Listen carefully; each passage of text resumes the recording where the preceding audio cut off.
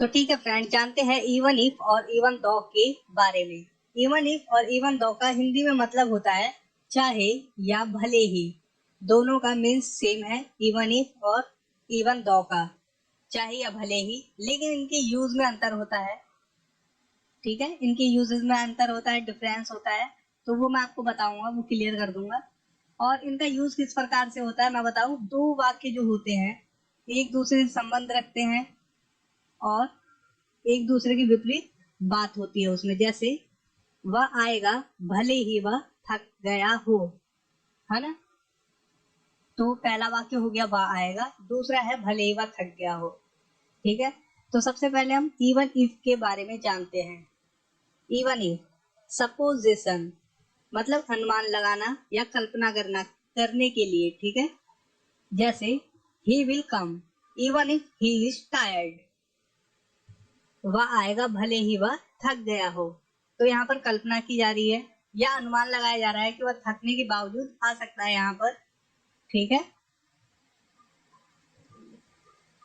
Even if he apologizes to me, I will not pardon him।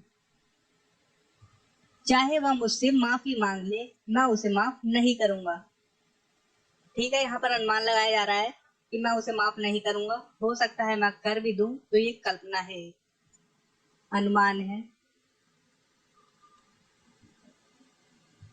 I will go even if you do not allow me।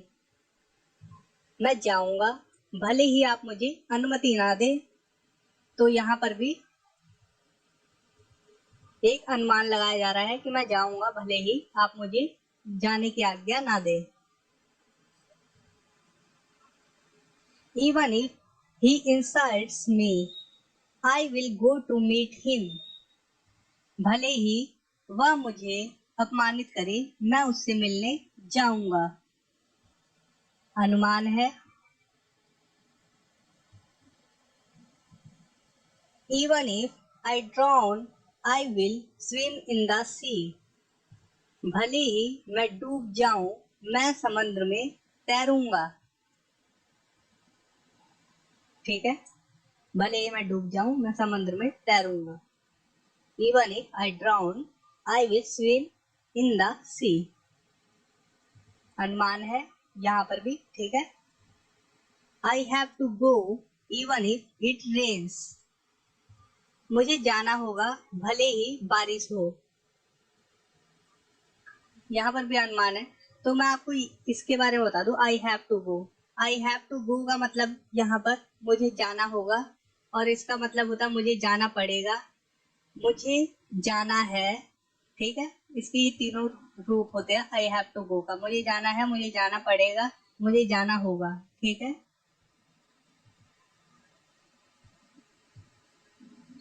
I will go there even if it rains. मैं वहां जाऊंगा भले ही बारिश हो, ये भी अनुमान है। तो उम्मीद करता हूँ आप लोग इवन इफ को समझ गए हैं कि ये सिर्फ अनुमान के लिए यूज होता है, कल्पना के लिए यूज होता है। ठीक है, अब देखिए इवन दो। इवन दो का यूज करते हैं रियल एंड ट्रू फैक्ट। मतलब रियल में असलियत एंड ट्रू सच्चाई, फैक्ट कोई घटित, कुछ घटित होना, कोई घटना होना। ठीक है, कोई फैक्ट होना। Example, even though you were lean, you defeated him। भले ही तुम पतले हो, तुमने उसे हरा दिया। मतलब कि ये सच्चाई है कि उसने उसे हरा दिया। तो या तो उसने खुद देखा अपनी आंखों से जो बोल रहा है, या तो उसकी जानकारी में उसे पूरा लगता है कि उसने उसे हरा दिया, इसलिए इवन दो का यूज हुआ है, जो कि सच्चाई दर्शा रहा है। ठीक है, और देखिए example, even though he is very old, he is healthy. भले ही वह बहुत बूढ़ा है, वह स्वस्थ है।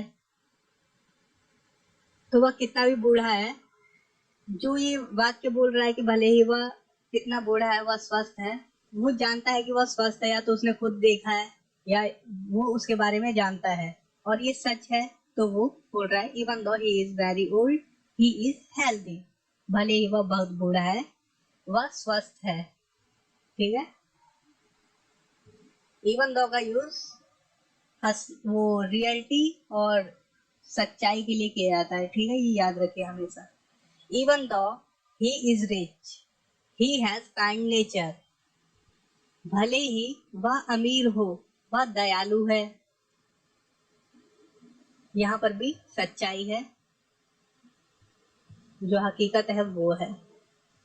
शी मैरिड, इससे आप लोग समझ जाएंगे। She married him even though she didn't like him. उसने उससे शादी की, भले ही वह उसे पसंद नहीं करती थी।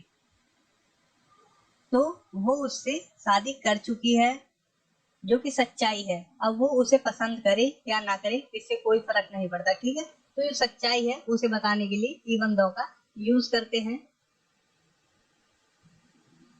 Even though there were many dishes on the table I ate only 10 dishes.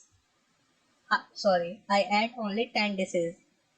भले ही मेज पर कई व्यंजन थे या कई प्रकार के भोजन थे, मैंने केवल 10 पकवान खाए। हाँ, 10 पकवान खाए बस।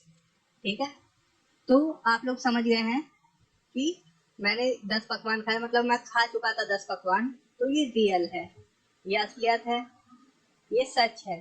तो उसके लिए हम इवन दो का यूज करते हैं। और इवन इफ का यूज करते हैं जब हमें लगता है कि अनुमान लगाना हो जिस चीज में, वह आएगा, वह हो सकता है जाएगा, इस तरीके के वाक्यों में हम इवन इफ का यूज करते हैं। जबकि इवन दो का यूज करते हैं रियल, ट्रू एंड कुछ घटित होता है उसके लिए।